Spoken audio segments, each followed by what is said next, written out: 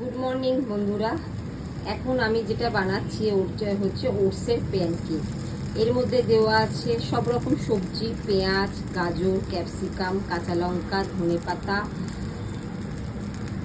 আর হচ্ছে হালকা হালকা আছে এটাকে একটু করে দিয়ে রেখেছি।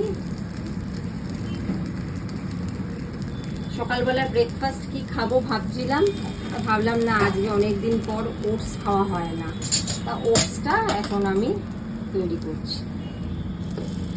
এই একটু চাপা দিয়ে রাখলাম, কিছুক্ষণ এটা একটু হোক, তারপর উল্টাবো। এই দেখুন, এবারে এটা এইরকমভাবে তৈরি হয়েছে।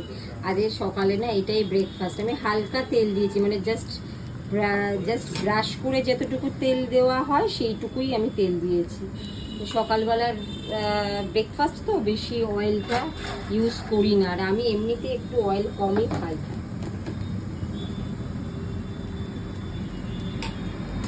আর একবার উল্টে দেখি কেমন হয় পিঠটা। বাহ, খুব সুন্দর টেক্সচারটা এসছে। কেমন লাগলো বন্ধুরা? যদি ভালো লাগে লাইক, কমেন্ট, শেয়ার করবেন, সাবস্ক্রাইব করে দেবেন। আবার একটা নতুন ভিডিও নিয়ে আপনাদের সামনে আসবো।